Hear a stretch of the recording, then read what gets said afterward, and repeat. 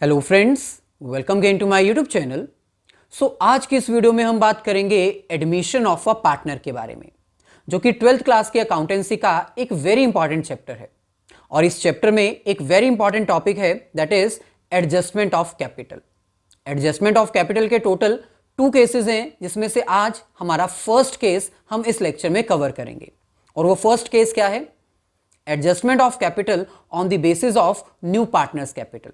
यानी बिजनेस में जो नया पार्टनर आ रहा है वो कितनी कैपिटल लेकर आएगा, उसके अकॉर्डिंग हम ओल्ड पार्टनर्स की कैपिटल को एडजस्ट करेंगे।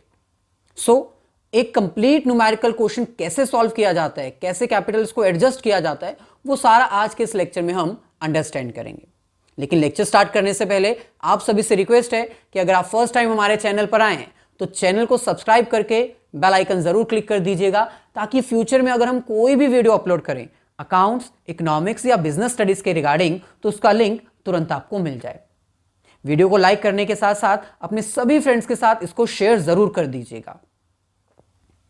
आज का लेक्चर स्टार्ट करने से पहले हम आपको बता दें कि कैपिटल एडजस्टमेंट के टोटल 2 केसेस हैं, जिसमें से फर्स्ट केस एक ऐसा केस है जहां पर आपको न्यू पार्टनर की कैपिटल गिवन होती है। तो समझ जाओ, जब भी कैपिटल एडजस्टमेंट का कोई भी क्वेश्चन आए और वहां पर एडमिटिंग पार्टनर की, न्यू पार्टनर की अगर कैपिटल गिवन है तो वो फर्स्ट केस है, और अगर न्यू पार्टनर की कैपिटल नहीं गिवन तो इसका मतलब वो सेकंड केस है। अगर फर्स्ट केस है या सेकंड केस है, इसको लेकर आपको हमेशा कंफ्यूजन होती थी, तो अब वो कंफ्यूजन नहीं होगी, क्योंकि वो पॉइंट मैंने क्लियर कर दिया। अगर न्यू पार्टनर की कैपिटल गिवन होगी और कैपिटल एडजस्टमेंट करने को कहा जाएगा, तो इसका मतलब वो फर्स्ट केस है जो आज हम सॉल्व करने वाले हैं। चलिए एक कंप्लीट न्यूमेरिकल क्वेश्चन सॉल्व करेंगे। ये जो न्यूमेरिकल क्वेश्चन होगा ना, वो बहुत ही यूनिक होगा। इसमें सारे पॉइंट्स हम कवर करेंगे: investment fluctuation fund, workman compensation fund, employee provident fund, goodwill, advertisement suspense account, और भी बहुत सारे ऐसे ऐसे पॉइंट्स हैं जो आपको एग्जाम में आ सकते हैं और आपको कंफ्यूज कर सकते हैं।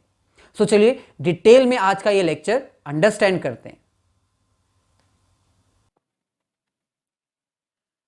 ये है हमारे पास आज का एक कंप्लीट न्यूमेरिकल क्वेश्चन, जिसको आज के इस लेक्चर में हम सॉल्व करेंगे।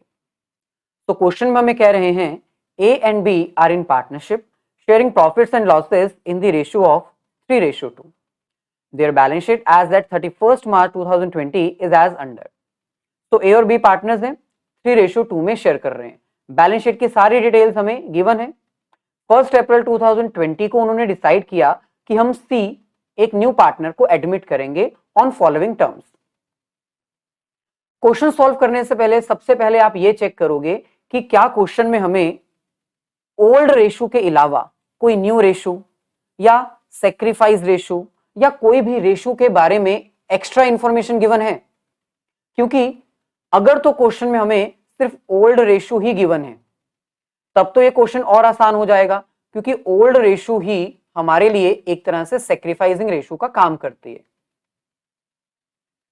अगर तो क्वेश्चन में हमें सिर्फ ओल्ड रेशो गिवन है और कोई जानकारी नहीं दी गई, तो 3:2 ही हमारी ओल्ड रेशो है, यही हमारी सेक्रीफाइसिंग रेशो है। न्यू पार्टनर जो प्रीमियम फॉर गुडविल लेके आएगा वो उसी रेशो में, यानी इस 3:2 में ही ओल्ड पार्टनर्स के बीच में डिस्ट्रीब्यूट कर दिया जाएगा। लेकिन अगर ओल्ड रेशो के अलावा हमें न्यू रेशो गिवन है, तब हमें सेक्रीफाइसिंग रेशो कैलकुलेट करनी पड़ेगी, या फिर ओल्ड रेशो के अलावा हमें एक्स्ट्रा इंफॉर्मेशन दी गई है, जैसे ए कुछ पर्टिकुलर शेयर सेक्रीफाइस कर रहा है, बी कुछ पर्टिकुलर शेयर सेक्रीफाइस कर रहा है, तो उस सिचुएशन में भी हमें कैलकुलेशन करनी पड़ेगी। जब भी आप एडमिशन ऑफ अ पार्टनर का क्वेश्चन सॉल्व करो तो चेक कर लीजिएगा कि क्या रेशो के बारे में, प्रॉफिट शेयरिंग रेशो के बारे में कोई एक्स्ट्रा इंफॉर्मेशन गिवन है या नहीं गिवन। अगर कोई एक्स्ट्रा इंफॉर्मेशन गिवन नहीं है तो क्वेश्चन आसान है, क्योंकि एक्स्ट्रा इंफॉर्मेशन का ना होना मतलब ओल्ड रेशो ही आपकी सेक्रीफाइसिंग रेशो कहलाएगी। हम एक बार पढ़ लेते हैं कि हमें क्या जानकारी दी गई है। फर्स्ट हमें कह रहे हैं A sacrificed 1/3 of his share while B sacrificed 1/10 from his share in favor of C। यहां पर हमें कह रहे हैं कि जब सी की एडमिशन हुई तब ए अपने शेयर का 1/3 सेक्रीफाइस करेगा, जबकि सी अपने शेयर में से 1/10 सेक्रीफाइस करेगा। सो क्योंकि यहां पर एक्स्ट्रा इंफॉर्मेशन दी गई है, इसका मतलब हमें न्यू रेशो और सेक्रीफाइसिंग रेशो कैलकुलेट करनी पड़ेगी। अब यहां पर ध्यान दीजिएगा, A sacrifice 1/3 of his share लिखा है और B sacrifice 1/10 from his share लिखा है, और दोनों की कैलकुलेशन डिफरेंट वे में की जाती है। तो चलिए हम इसकी कैलकुलेशन को सबसे पहले सॉल्व कर लेते हैं, क्योंकि जब तक हमारे पास सेक्रीफाइसिंग न्यू रेशो नहीं आ जाती तब तक हम आगे नहीं बढ़ सकते। तो यहां पर हम वर्किंग नोट बनाते हैं। ए और बी ओल्ड पार्टनर्स हैं जो कि 3:2 में शेयर कर रहे हैं। ए कहता कि सी की एडमिशन के लिए मैं अपने शेयर में से 1/3 सेक्रीफाइस कर दूंगा, यानी ए का शेयर है कितना एक्चुअल में 3/5। A will surrender 1/3 of his share, और ऑफ का मतलब होता है मल्टीप्लाई, यानी ए अपने शेयर में से कितना सेक्रीफाइस करेगा 3/15। अगर हम इसको कैंसिल कर दें तो 1/5। सो ए कहता कि मैं अपने शेयर में से 3/5 में से 1/5 शेयर किसको दे दूंगा, सी को दे दूंगा। सो अगर हम सी का न्यू शेयर कैलकुलेट करें, सॉरी ए का न्यू शेयर कैलकुलेट करें तो वो कैसे आएगा, सिंपल है, ए का ओरिजिनल शेयर है 3/5 और ए कहता कि मैं अपने शेयर में से 1/5 सी को दे दूंगा, जो कि अभी हमने कैलकुलेट किया। तो कितना शेयर ए के पास बचा 2/5। ऐसे ही अगर हम बी की बात करें तो बी का शेयर है 2/5 और बी कहता कि मैं अपने शेयर में से, इसमें ऑफ नहीं लिखा, इसमें फ्रॉम लिखा है, B will surrender 1/10 from his share, और फ्रॉम का मतलब होता है डायरेक्टली माइनस। तो इसको हम सॉल्व कर लेते हैं, एलसीएम 10 आएगा।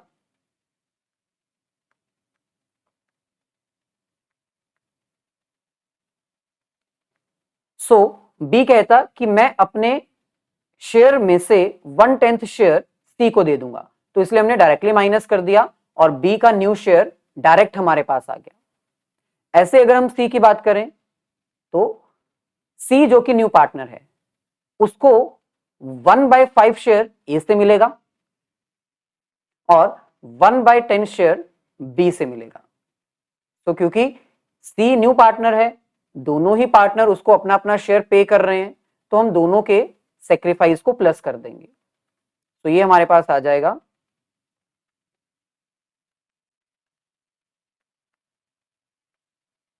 तो सिंपल है 3/10 3/10 और यहां पर है 2/5। तो इसका भी एलसीएम इक्वल करने के लिए हमें इसको 2 से मल्टीप्लाई करना पड़ेगा, ये आ जाएगा 4/10। सो अगर हम बात करें न्यू रेशो की,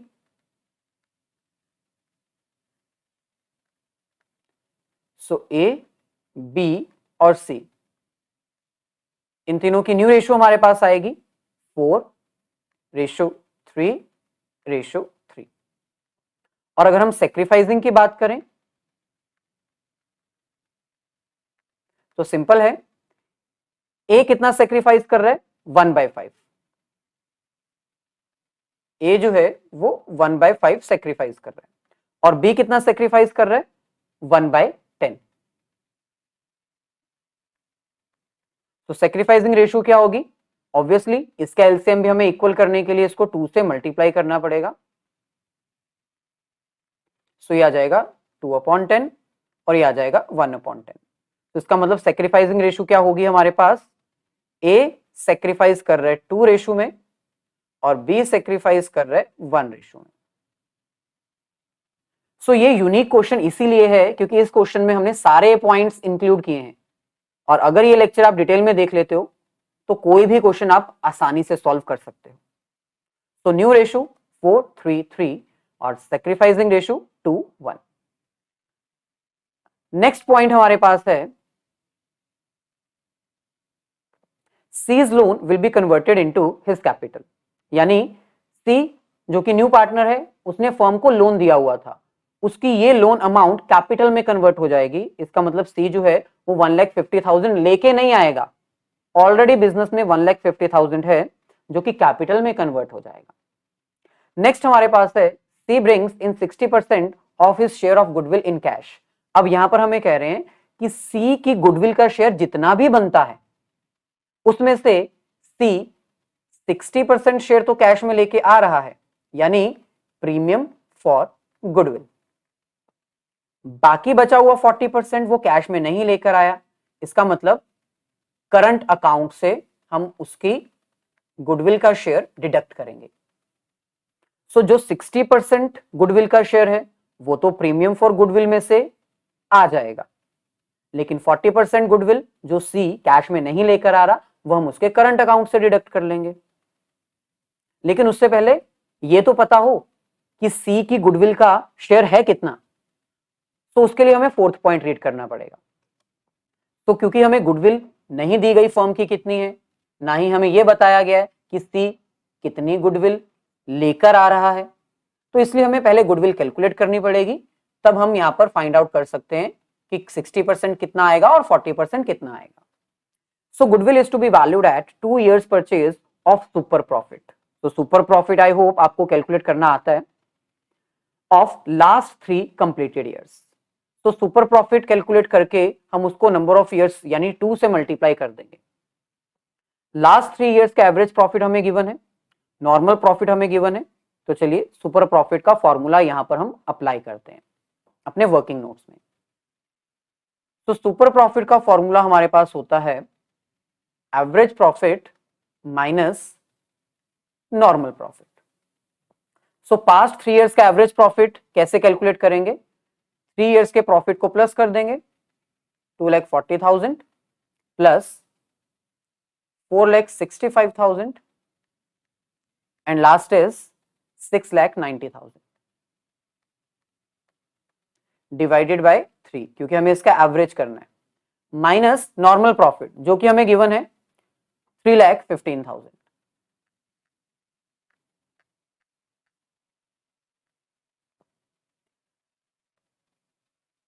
सो इन तीनों को प्लस करके 3 से जब डिवाइड करेंगे तो आंसर हमारे पास आएगा 4,65,000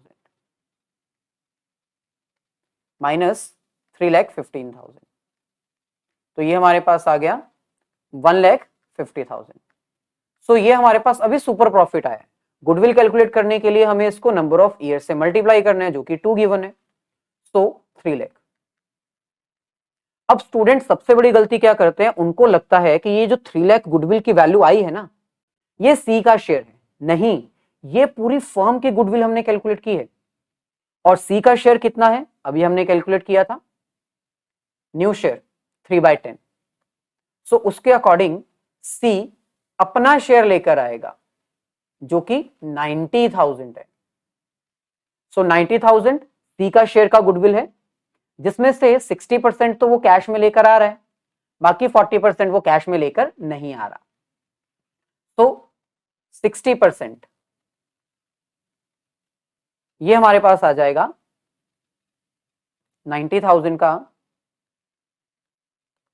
60%, 54,000। सो नियर अबाउट 54,000 वो कैश में लेकर आएगा, और बाकी 36,000 उसके जो करंट अकाउंट है उसमें से डिडक्ट किए जाएंगे। सो 54 एंड 36। सो ये 4 पॉइंट बहुत इंपॉर्टेंट थे, क्योंकि नॉर्मली एग्जाम में ये 4 के 4 पॉइंट्स अगर क्वेश्चन इजी डालना हो एग्जामिनर ने तो वो ऑलरेडी कैलकुलेट करके देता है, लेकिन अगर डिफिकल्ट एग्जाम सेट किया जाएगा तो उसमें ये एक्स्ट्रा कैलकुलेशंस आपको करनी पड़ेंगी। अच्छा, अब आगे बढ़ते हैं। नेक्स्ट हमारे पास कुछ और एडिशनल इंफॉर्मेशन गिवन है जो कि ऑब्वियसली रिवैल्यूएशन अकाउंट बनाते हुए हमें यूज करनी है। तो चलिए एक एक करके हम इसको रीड आउट कर लेते हैं, फिर उसके बाद फाइनली हम क्वेश्चन सॉल्व करते हैं।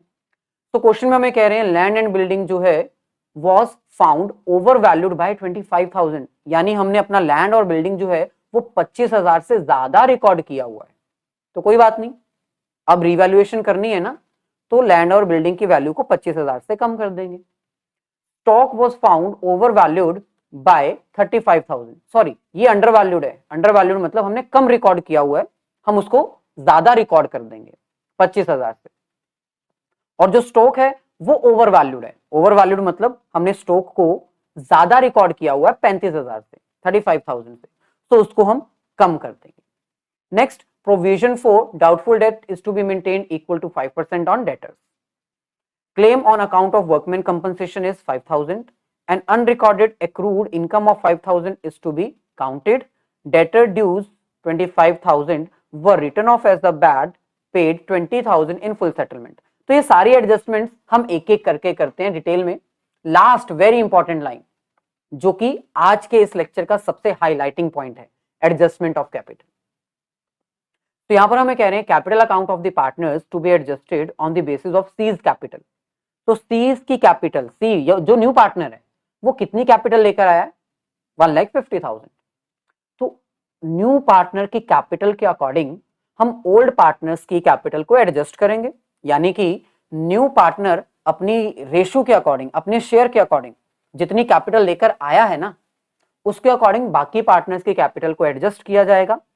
एडजस्ट करने के बाद हम देखेंगे कि अगर किसी पार्टनर की कैपिटल एक्सेस है, ज्यादा है, तो वो बाकी बचे हुए पैसे घर ले जाएगा, और अगर कम है तो वो कैपिटल लेकर आएगा।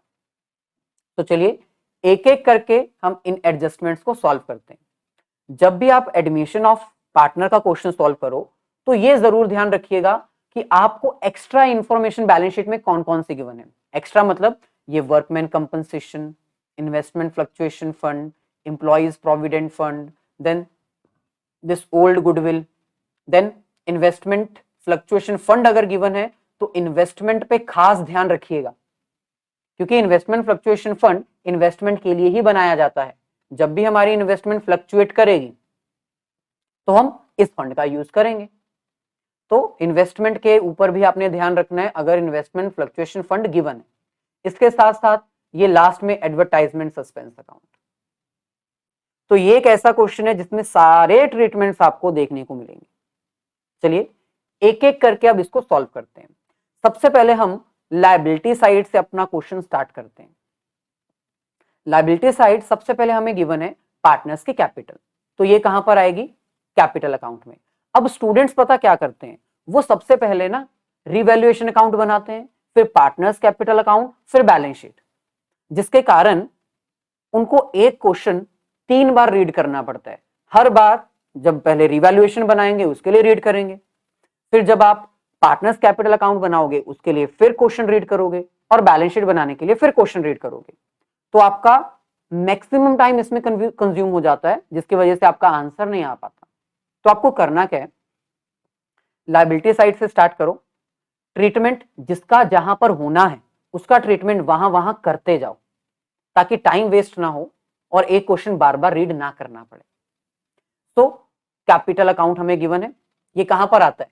पार्टनर्स के कैपिटल अकाउंट में। तो इसको नोट डाउन कर दो, ये हमारे पास है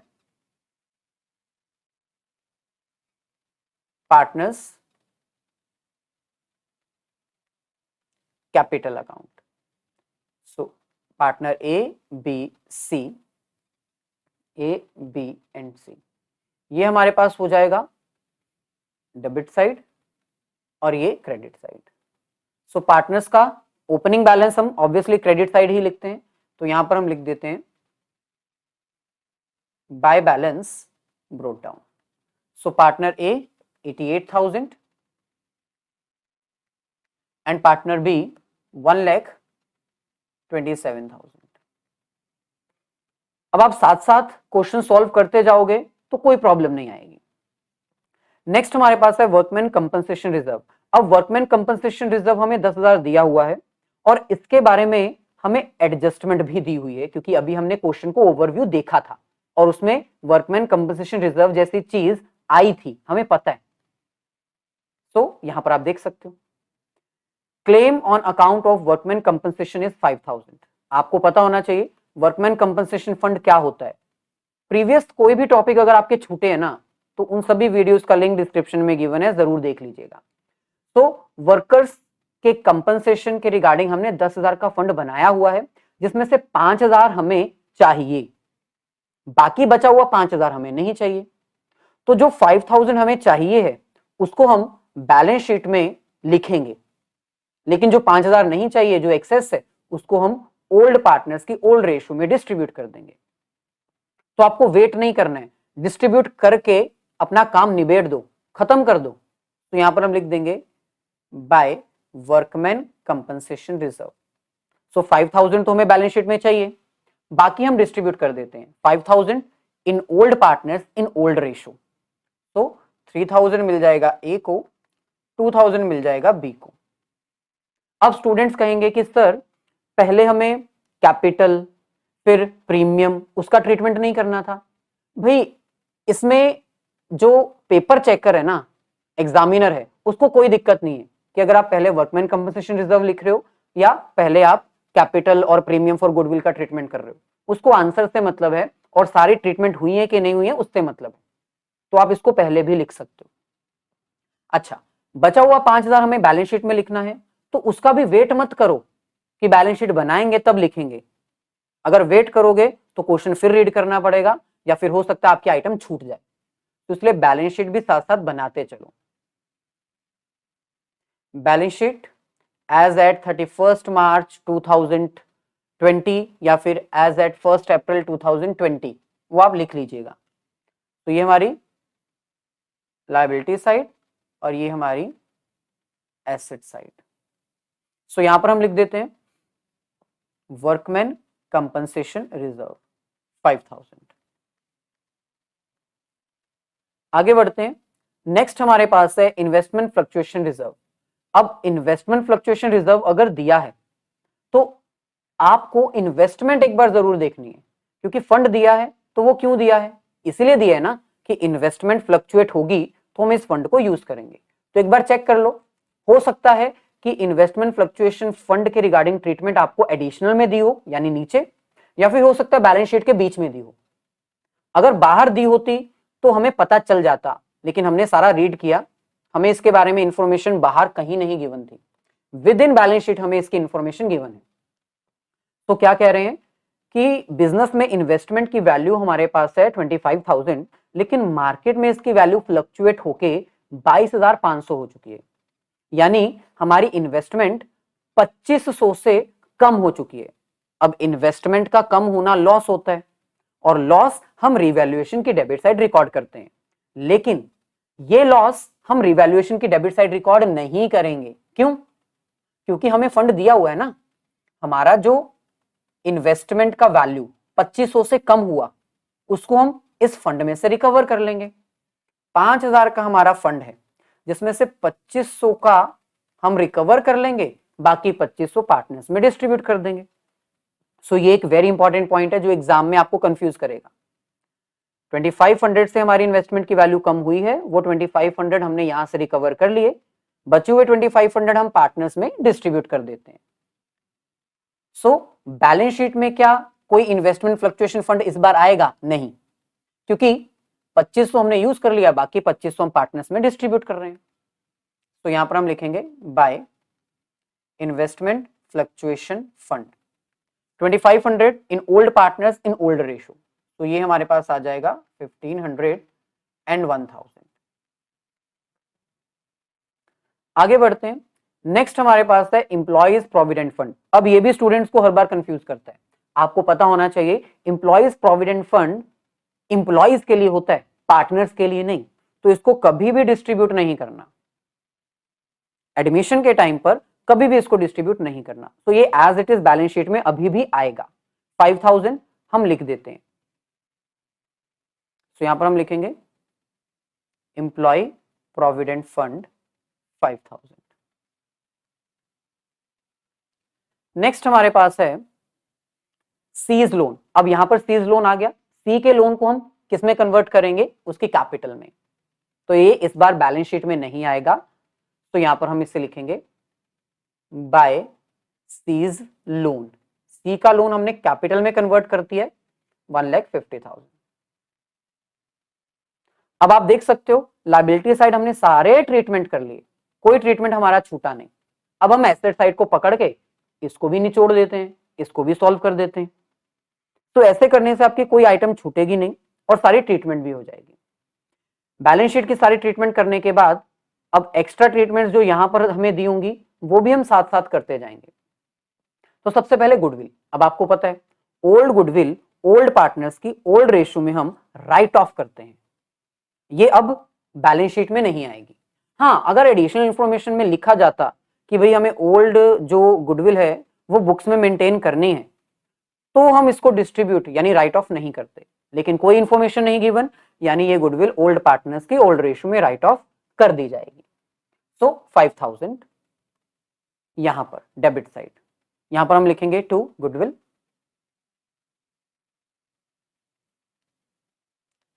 सो 5000 ओल्ड पार्टनर्स ओल्ड रेशियो 3:2 यानी 3000 एंड 2000। नेक्स्ट हमारे पास है लैंड एंड बिल्डिंग। अब जब आपने क्वेश्चन को ओवरव्यू देखा था तब आपको याद होगा कि लैंड एंड बिल्डिंग के रिगार्डिंग हमें एडजस्टमेंट गिवन थी, तो उसको भी हम साथ साथ करते हैं। हमारी लैंड एंड बिल्डिंग 30,000 की है, इसकी एडजस्टमेंट में हमें कह रहे थे land and building was found under valued bye 25,000, मतलब बाय मिस्टेक हमने हमारी लैंड एंड बिल्डिंग को 25,000 से कम रिकॉर्ड किया हुआ है, तो 25,000 से ज्यादा रिकॉर्ड कर देते हैं। इसका मतलब एसेट हमारी इंक्रीज हो रही है और एसेट जब इंक्रीज होती है तो वो प्रॉफिट होता है और प्रॉफिट हम रिवैल्यूएशन में क्रेडिट साइड रिकॉर्ड करते हैं।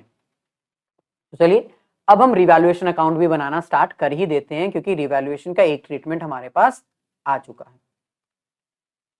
ये डेबिट साइड और ये क्रेडिट साइड। सो क्रेडिट साइड क्योंकि प्रॉफिट है, एसेट इंक्रीज हो रही है, इसलिए क्रेडिट साइड रिकॉर्ड करेंगे। क्या लिखेंगे? By land and building. So amount हमारे पास कितनी आ जाएगी?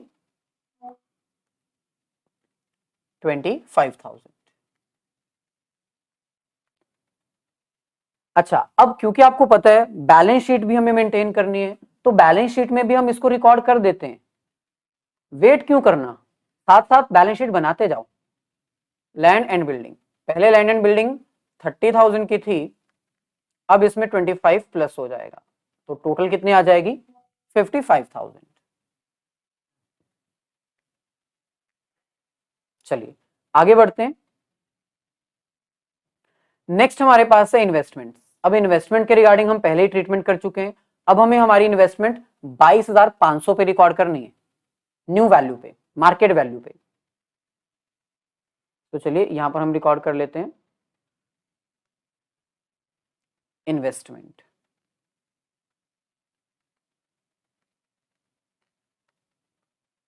$22,500। नेक्स्ट हमारे पास है debtors provision for doubtful date. अब जब हम क्वेश्चन रीड कर रहे थे तब प्रोविजन फॉर डाउटफुल डेट का भी एक पॉइंट आया था और ये पॉइंट बहुत इंपॉर्टेंट है। यहां पर हमें कह रहे थे provision for doubtful debt is to be made equal to 5% of debtors, यानी जो ओरिजिनल डेटर्स है ना उसके ऊपर हम 5% प्रोविजन बनाएंगे और प्रोविजन उतनी ही मेंटेन करेंगे। अब स्टूडेंट्स इसमें गलती क्या करते हैं, वो डेटर्स 45,000 मान लेते हैं। भाई ओरिजिनल डेटर हमारे 50,000 है तो 50,000 के ऊपर हम 5% प्रोविजन क्रिएट करेंगे। तो provision for doubtful date, original debtors हमारे हैं 50,000, इसका 5% हमारे पास आएगा 2500।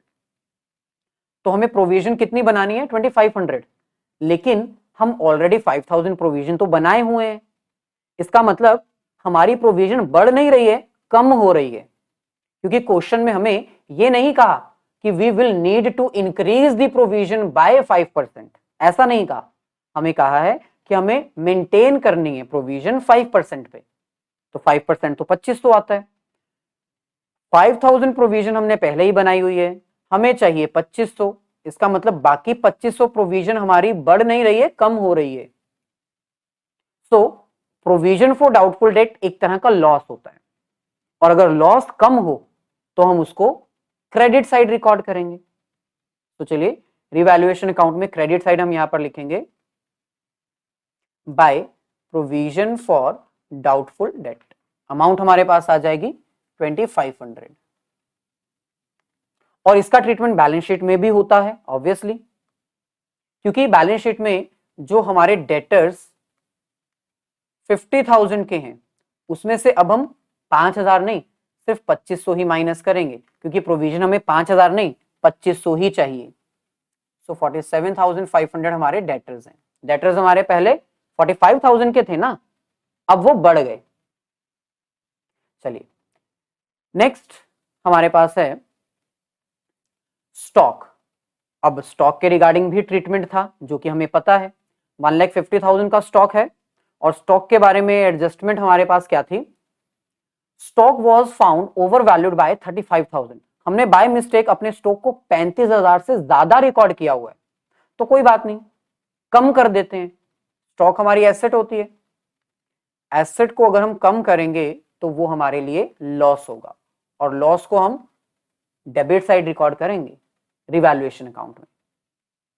सो यहां पर हम रिवैल्यूएशन अकाउंट में लिखेंगे टू स्टॉक 35,000। अब क्योंकि स्टॉक बैलेंस शीट में भी रिकॉर्ड होता है तो वहां पर भी इसका ट्रीटमेंट किया जाएगा, तो हम साथ ही साथ उसका ट्रीटमेंट भी कर देते हैं। यहां पर हम लिखेंगे स्टॉक, स्टॉक ओरिजिनली था 1,50,000 का, 35,000 से हमें इसे कम करना है, तो न्यू वैल्यू आ जाएगी 1,15,000।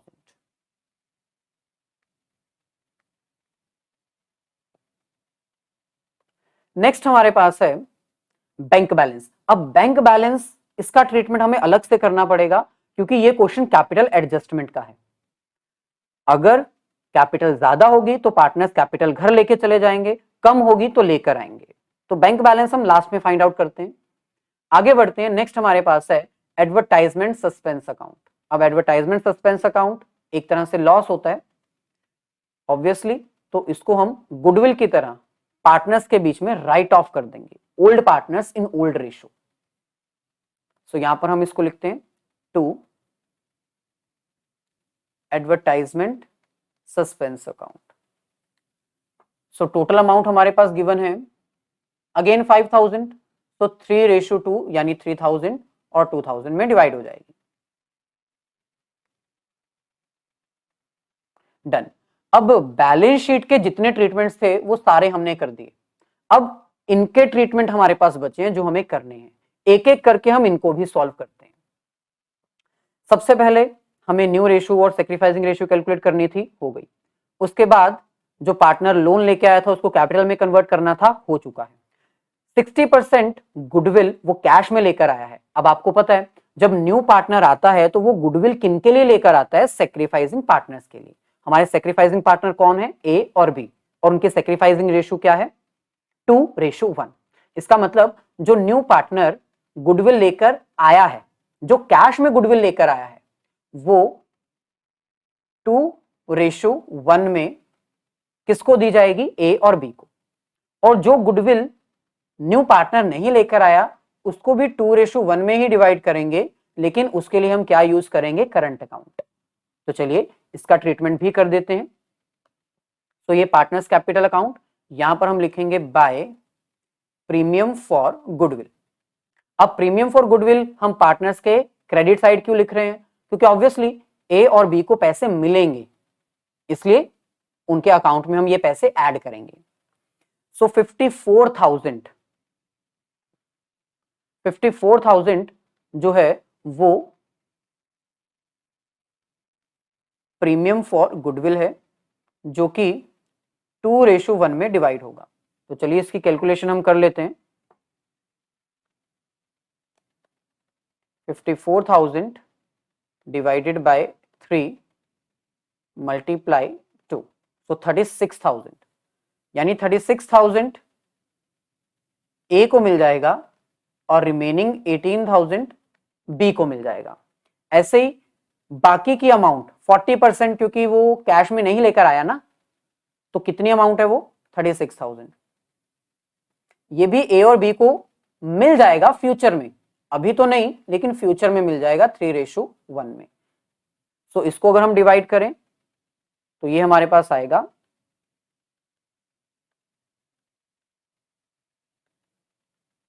24,000 and 12,000।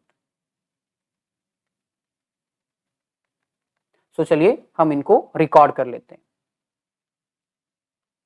So premium for goodwill, ए को मिलेगा 36,000 और बी को मिलेगा 18,000, और दूसरा 40% जो वो नहीं लेकर आया सी, वो करंट अकाउंट में जाएगा, C's current account. Amount 24,000 and 12,000। अब आपको पता होना चाहिए जो भी करंट अकाउंट की ट्रीटमेंट होती है वो बैलेंस शीट में भी जाती है। अगर तो पैसे पार्टनर लेकर आएगा तो वो बिजनेस के लिए एसेट है, तो इसको हम एसेट साइड रिकॉर्ड करेंगे, बैलेंस शीट में एसेट साइड। तो यहां पर हम रिकॉर्ड कर लेते हैं सीज करंट अकाउंट, क्योंकि सी जो है वो 54,000 तो लेकर आया लेकिन 36,000 नहीं लेकर आया, तो वो लेकर आएगा इसलिए वो एसेट है, तो बैलेंस शीट में एसेट साइड भी हम उसको रिकॉर्ड करेंगे। चलिए ये भी ट्रीटमेंट हमारा हो चुका है। नेक्स्ट हमारे पास है लैंड एंड बिल्डिंग हो गया, स्टॉक हो गया, प्रोविजन हो चुका है, वर्कमैन कंपनसेशन हो चुका है। नेक्स्ट है an unrecorded accrued income of 5,000 is to be accounted. Unrecorded मतलब एक इनकम थी जो हमें मिल जानी चाहिए थी लेकिन हमने उसको रिकॉर्ड ही नहीं किया, तो कोई बात नहीं, अब रिकॉर्ड कर लेते हैं। अनरिकॉर्डेड इनकम हमारी एसेट होती है, एसेट्स जब इंक्रीज होती हैं तो वो हमारा प्रॉफिट कहलाती हैं, तो इसलिए हम इसको क्रेडिट साइड रिकॉर्ड करेंगे रिवैल्यूएशन अकाउंट में। लिखेंगे क्या? By unrecorded accrued income, by unrecorded accrued income, और अमाउंट हमारे पास है 5,000। अब क्योंकि ये हमारी अनरिकॉर्डेड एक्रूड इनकम है मतलब एसेट है, तो बैलेंस शीट में भी इसको रिकॉर्ड किया जाएगा। तो यहां पर हम लिख लेते हैं एक्रूड इनकम 5,000। चलिए नेक्स्ट आगे हमें कह रहे हैं a debtor whose dues of 25,000 were written off as a bad paid 20,000 in full settlement. अब यहां पर हमें कह रहे हैं कि 25,000 हमने किसी से लेने थे लेकिन वो नहीं दे रहा था, हमने उसको बैड डेट समझ के राइट ऑफ कर दिया था, लेकिन अब उसने 20,000 दे दिए। अब ये 20,000 रिकवरी एक तरह से हमारी इनकम है, तो रिवैल्यूएशन में ये क्रेडिट साइड रिकॉर्ड की जाएगी। तो यहां पर हम लिखेंगे बाय बैड डेट रिकवर्ड, क्योंकि डूबे हुए पैसे थे ना, अब रिकवर हो गए, सो बैड डेट रिकवर्ड 20,000। अच्छा, अब ये बैड डेट रिकवर हो चुके हैं मतलब पैसा हमें मिल चुका है, तो ये बैंक बैलेंस में भी ऐड होंगे। बैंक बैलेंस हम लास्ट में फाइंड आउट करते हैं क्योंकि अभी हमें कैपिटल एडजस्टमेंट भी करना है। फाइनली जितने भी ट्रीटमेंट्स थे वो सारे हमारे हो चुके हैं, अब हमें सिर्फ कैपिटल एडजस्टमेंट के रिगार्डिंग ट्रीटमेंट करना है। कैपिटल एडजस्टमेंट करने से पहले हमें रिवैल्यूएशन अकाउंट को कंप्लीट करना है, यानी पता लगाना है कि फाइनली हमें प्रॉफिट हुआ या लॉस हुआ। तो चलिए कैलकुलेशंस कर लेते हैं। सबसे पहले क्रेडिट साइड हमारे पास है 25,000, 2,500, 5,000 प्लस 20,000, सो ये हमारे पास आ जाएगा 52,500। सो क्रेडिट साइड हमारे पास 52,500 है जबकि डेबिट साइड 35,000 है, इसका मतलब हमें प्रॉफिट हुआ है। तो ये प्रॉफिट किस में डिस्ट्रीब्यूट किया जाएगा? ओल्ड पार्टनर्स की ओल्ड रेशियो में। तो चलिए फाइनली फाइंड आउट कर लेते हैं कि प्रॉफिट का बैलेंस कितना है। सो ये है 17,500। तो 17,500 किस रेशियो में डिस्ट्रीब्यूट किया जाएगा? 3:2 में। तो यहां पर हम लिखेंगे 2 पार्टनर्स कैपिटल अकाउंट ए और बी, 17,500 इन 3:2, तो ये आ जाएगा 10,500 एंड 7,000। तो चलिए हम इसको भी रिकॉर्ड कर लेते हैं यहां पर बाय रिवैल्यूएशन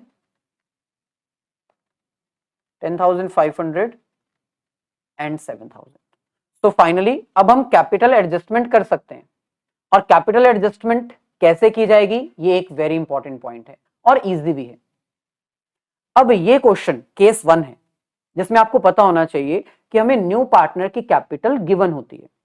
जब भी न्यू पार्टनर की कैपिटल गिवन हो तो समझ लीजिएगा ये केस 1 है, क्योंकि केस 2 सेपरेट केस है जिसमें न्यू पार्टनर की कैपिटल वो कितनी लेकर आ रहा है हमें यही नहीं पता होता। तो यहां पर तो हमें पता है सी जो है वो 1,50,000 एज अ कैपिटल लेकर आ रहा है।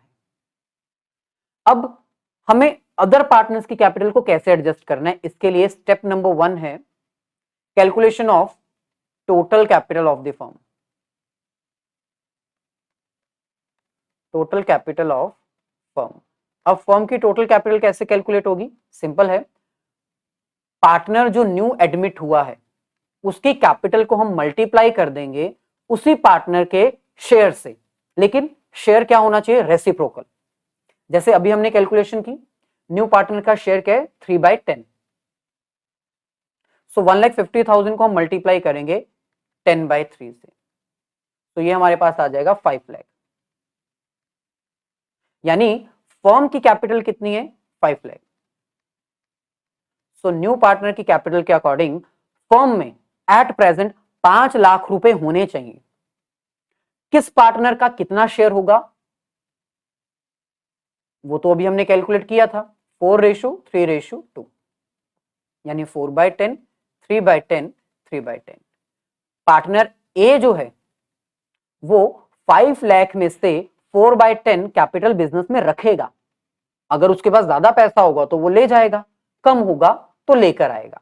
तो 5 लाख का 4/10 हम करेंगे तो ये आएगा 2 लाख, 3/10 करेंगे तो ये आएगा 1,50,000, और यहां पर भी सेम ही आएगा 1,50,000। इसका मतलब 5 लाख में से 2 लाख ए के पास होना चाहिए, 5 लाख में से 1,50,000 बी और 1,50,000 सी के पास होना चाहिए। तो चलिए हम चेक कर लेते हैं, ये वो अमाउंट है जो बिजनेस में होनी चाहिए, मस्ट बी इन फर्म। ये वो पैसा है जो फर्म में होना चाहिए। अब कितना पैसा है वो हम चेक कर लेते हैं। कैसे पता चलेगा, यहां से कैलकुलेशन से।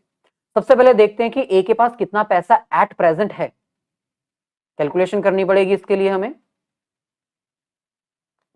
तो यहां पर कैलकुलेशन कर लेते हैं। 88,000 ए की beginning capital plus 3,000 plus 1,500 plus 36,000 plus 24,000 plus 10,500। अच्छा, अब इसमें से सब्ट्रैक्शन भी करनी पड़ेगी। माइनस करेंगे 3,000 गुडविल का जो डेबिट साइड गिवन है, माइनस करेंगे 3,000 जो कि एडवर्टाइजमेंट सस्पेंस अकाउंट है। तो एट प्रेजेंट ए के पास 1,57,000 है, लेकिन हमारे क्वेश्चन के अकॉर्डिंग उसके पास 2 लाख होना चाहिए। तो कितना पैसा कम पड़ रहा है,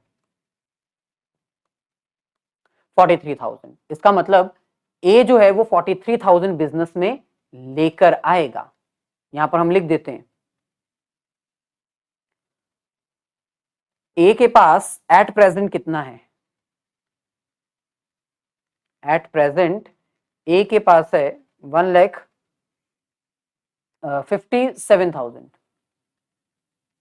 तो वो कितना पैसा लेकर आएगा, 43,000 बिजनेस में लेकर आएगा। तो इसको हम कहते हैं कैपिटल एडजस्टमेंट।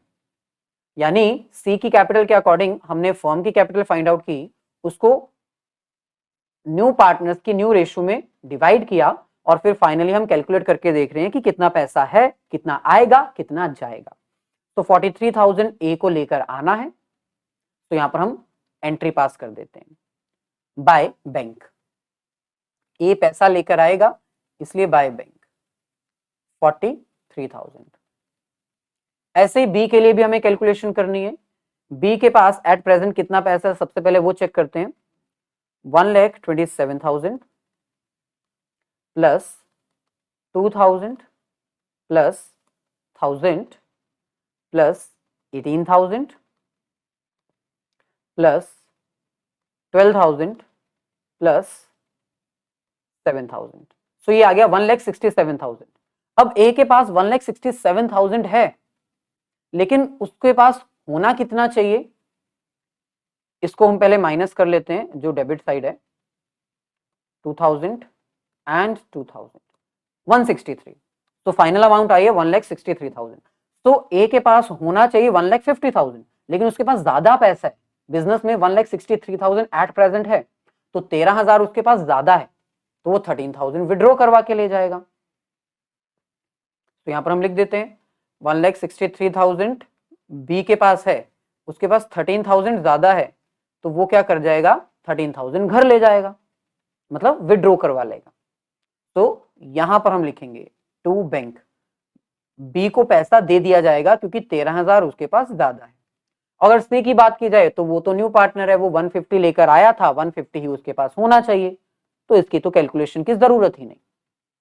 तो फाइनली अब हम यहां पर बैलेंस कर सकते हैं, to balance carry down. So finally balance अब हमारे पास वही वैल्यू आएगी जो पार्टनर्स के पास होनी चाहिए थी, 2,00,000, 1,50,000 एंड 1,50,000। तो इसको हम कहां लिखेंगे, बैलेंस शीट में liability side. So partners capital account, A's capital 2,00,000, B's capital 1,50,000, C's capital again 1,50,000। So total आ गया 5,00,000। अच्छा, इतना करने के बाद अब आपको पता है यहां पर हमें बैंक बैलेंस भी फाइंड आउट करना है। आप चाहो तो यहीं पर वर्किंग नोट बना सकते हो, या फिर चाहो तो बैंक अकाउंट सेपरेट भी बना सकते हो। तो हम यहीं पर कर लेते हैं। ऑलरेडी हमारे पास बैंक बैलेंस कितना गिवन है, बैंक बैलेंस हमारे पास गिवन है 1,25,000, ठीक है। तो 1,25,000, अब आपको याद होगा कि जो डेटर्स हमारे बैड हो गए थे उसमें से 20,000 हमें रिकवर हुए थे, तो वो 20,000 हमें यहाँ प्लस करने हैं। इसके बाद ए पार्टनर जो है वो 43,000 लेकर आएगा, और जो बी पार्टनर है वो 13,000 बिजनेस में से लेकर जाएगा। तो ये सब आपको एड लेस करना है। एड लेस करने के बाद फाइनल अमाउंट जो हमारे पास आएगी वो हमारा बैंक बैलेंस होगा। चलिए कैलकुलेट कर लेते हैं। 1,25,000 प्लस 20,000 प्लस 43,000, इसमें से माइनस कर देंगे 13,000। सो ये आ गया 1,75,000। लेकिन अब इसमें एक चीज आपको पता होनी चाहिए, सी के लोन को हमने कन्वर्ट किया था कैपिटल में, जो कि हमने 1,50,000 में लिख दिया हुआ है। इसके अलावा जो सी है वो कैपिटल तो कैश में नहीं लेकर आया था, इसलिए हम वो इसमें ऐड नहीं करेंगे। क्या ऐड करेंगे, वो गुडविल जो पार्टनर कैश में लेकर आया था, दैट इज 54,000। सो 2,29,000 हमारा फाइनल आंसर होगा। तो यहां पर भी हम लिख देते हैं ताकि आपको याद रहे। अब कुछ स्टूडेंट पूछेंगे कि सर यहां पर हमें कैपिटल क्यों ऐड नहीं करनी है, पार्टनर जब कैपिटल लेकर आता है तो वो भी तो ऐड होती है। तो भाई ये क्वेश्चन थोड़ा डिफरेंट है, इसमें आपको पार्टनर जो है वो कैपिटल लेके नहीं आ रहा, सी का लोन गिवन था जो कि कैपिटल में कन्वर्ट हुआ, वो कैश में सिर्फ 54,000 ही लेकर आ रहा है। सो वो प्लस करके 2,29,000 हमारे पास आंसर आ जाएगा। फाइनली ये हमारे पास आएगा 5,10,000, और ये अमाउंट भी हम प्लस करके देख लेते हैं। 55 22 47,500, 1,15,000, 2,29,000, 36,000, 5,000, ये प्लस करने पे भी हमारे पास 5,10,000 ही आ रहा है। तो फाइनली ये क्वेश्चन हमारा सॉल्व हो चुका है।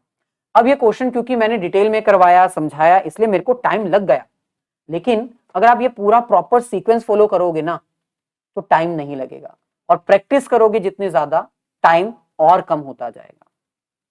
सो ये था हमारा आज का लेक्चर जिसमें हमने डिटेल में आपको ये क्वेश्चन सॉल्व करवाया।